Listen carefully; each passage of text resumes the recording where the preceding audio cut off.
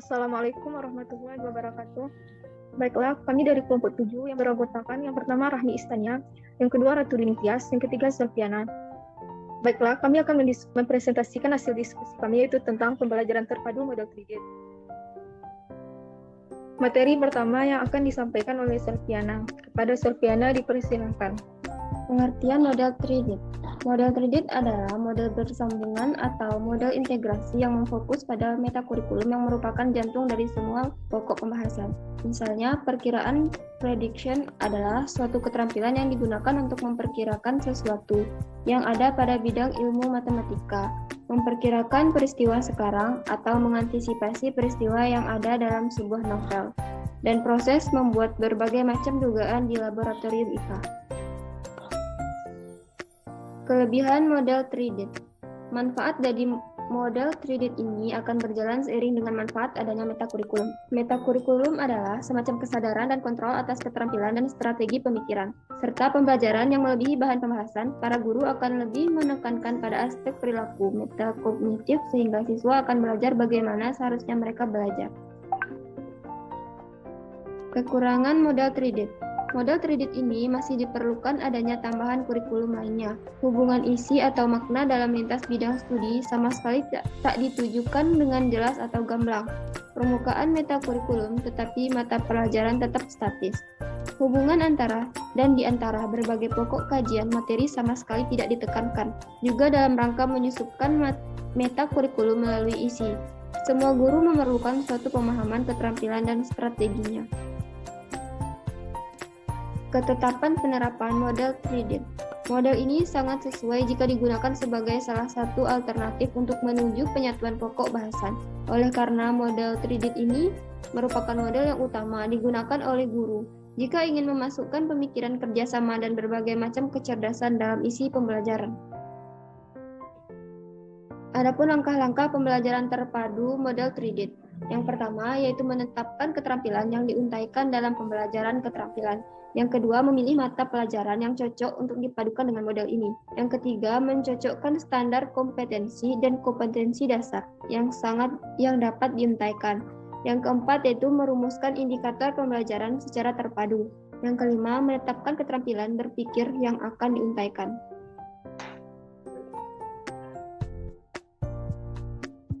Terima kasih kepada Selviana. Materi selanjutnya yaitu fungsi model pembelajaran 3D. Model 3D digunakan untuk mengintegrasikan kurikulum ketika metakurikulum menjadi fokusnya. Model ini cocok digunakan sebagai salah satu langkah alternatif menuju integrasi mata pelajaran yang lebih intensif.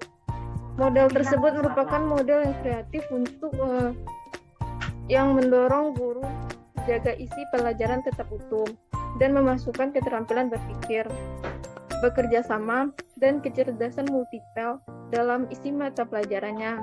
Pada model ini, pendekatan metakurikuler digunakan untuk mencapai beberapa keterampilan dan tingkatan logika para siswa dengan berbagai mata pelajaran.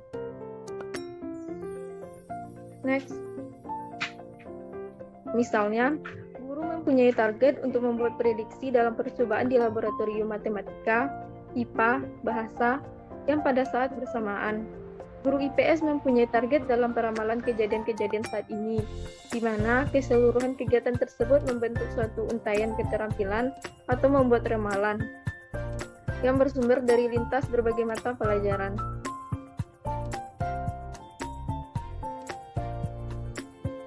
Selanjutnya, ikhtisar metakurikulum. A. Ikhtisar keterampilan berpikir. Untaian kurikulum keterampilan berpikir yaitu untaian keterampilan berpikir kritis. Untaian penunjukan yang pertama yaitu penggolongan, yang kedua pengurutan, yang ketiga membandingkan dan membedakan.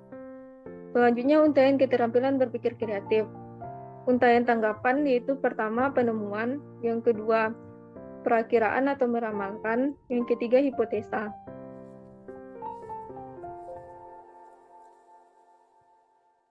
Selanjutnya untaian analisa. Yang pertama menganalisa kesalahan, yang kedua menganalisa asumsi atau pendapat, yang ketiga menarik kesimpulan. Selanjutnya untaian pemecahan masalah. yaitu yang pertama menyimpulkan atau menduga, yang kedua membuat analogi, yang ketiga berhadapan dengan kerancuan dan gejala. Selanjutnya untaian evolusi. Yang pertama menganalisa asumsi atau pendapat, yang kedua menganalisa kesalahan, yang ketiga analogi pemecahan, yang keempat membuat keputusan. Selanjutnya untaian pengungkapan. Yaitu yang pertama perwujudan, kedua penemuan, yang ketiga visualisasi, yang keempat menghubungkan. Next.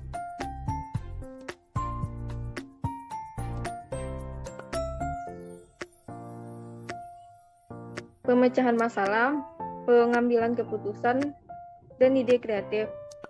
Untaian keterampilan evaluatif dan analitis.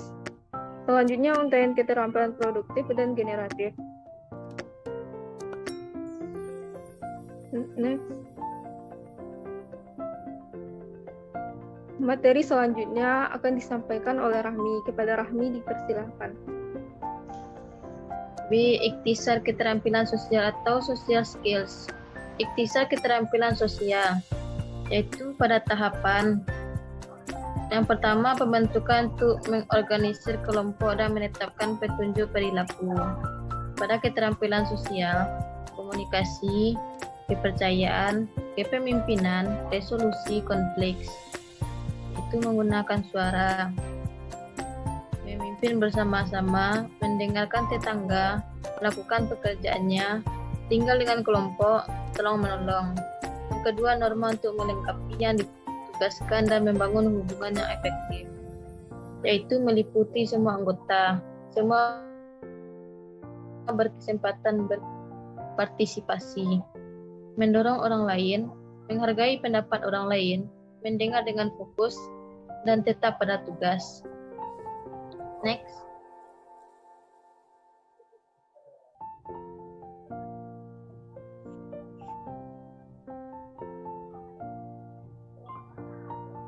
Yang ketiga, penyelarasan untuk mempromosikan pemikiran kritis dan memaksimalkan semua mata pelajaran, yaitu yang pertama memperjelas, kedua memeriksa perbedaan, yang ketiga menafsirkan gagasan, yang keempat menghasilkan alternatif, yang kelima memberikan contoh, yang keenam mencari kesempatan.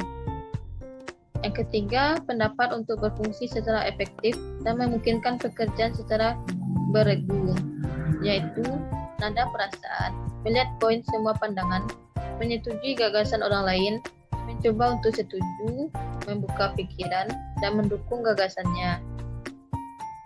Selanjutnya melakukan untuk membantu perkembangan ke tingkat yang lebih tinggi tentang keterampilan berpikir, kreativitas, dan intuisi, yaitu menguraikan gagasan, meluaskan gagasan, mengintegrasikan gagasan, menyatukan bentuk, membenarkan gagasan, dan jangkauan kesempatan. Next.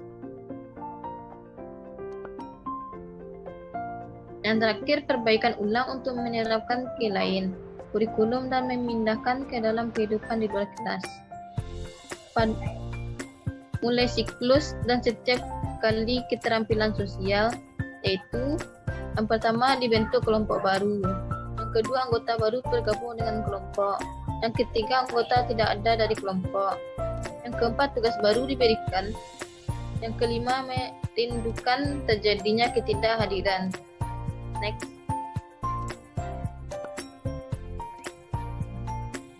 Yang keempat, ikhtisar keterampilan kecerdasan ganda atau multiple intelligence skills. 9 jalan mengetahui kecerdasan ganda. Yang pertama, kecerdasan linguistik, yaitu kemampuan untuk menggunakan dan mengolah kata-kata secara efektif, baik secara oral maupun tertulis, seperti dimiliki para pencipta puisi, editor, jurnalis, dramawan, sastrawan, pemain sandiwara, orator, yang berkaitan dengan penggunaan dan pengembangan bahasa secara umum. Yang kedua, kecerdasan matematis logis, yaitu kemampuan yang lebih berkaitan dengan penggunaan bilangan dan logika secara efektif, dimiliki matematikus, saintis, programmer, dan logikus. termasuk di dalamnya adalah kepekaan pada pola logika, abstraksi, kategorisasi, dan perhitungan. Next.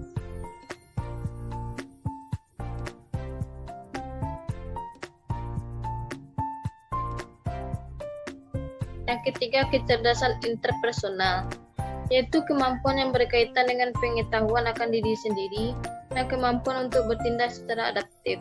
Berdasar pengenalan diri itu termasuk kemampuan berefleksi dan keseimbangan diri, kesadaran akan gagasan yang tinggi, mampu ambil keputusan pribadi, sadar akan tujuan hidup, dapat mengatur perasaan sehingga terlihat tenang. Selanjutnya, kecerdasan intrapersonal, yaitu kemampuan yang berkaitan dengan pengetahuan akan diri sendiri dan kemampuan untuk bertindak secara adaptif berdasar pengenalan diri itu, termasuk kemampuan berefleksi dan keseimbangan diri, kesadaran akan gagasan yang tinggi, mampu ambil keputusan pribadi, sadar akan tujuan hidup, dapat mengatur perasaan sehingga terlihat tenang. Next.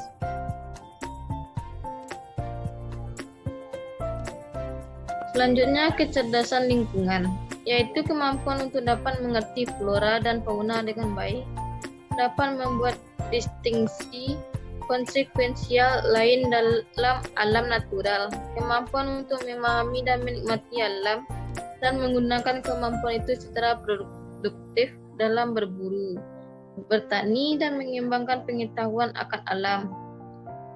Selanjutnya, kecerdasan eksistensial, yaitu menyangkut kemampuan dan kepekaan seseorang untuk menjawab persoalan terhadap eksistensi atau keberadaan manusia. Orang yang tidak puas hanya menerima keadaannya secara otomatis, tetapi mencoba menyadari dan mencari jawaban terdalam. Demikianlah hasil presentasi dari kelompok 7. Jika ada salah kata, mohon maaf. Assalamualaikum warahmatullahi wabarakatuh.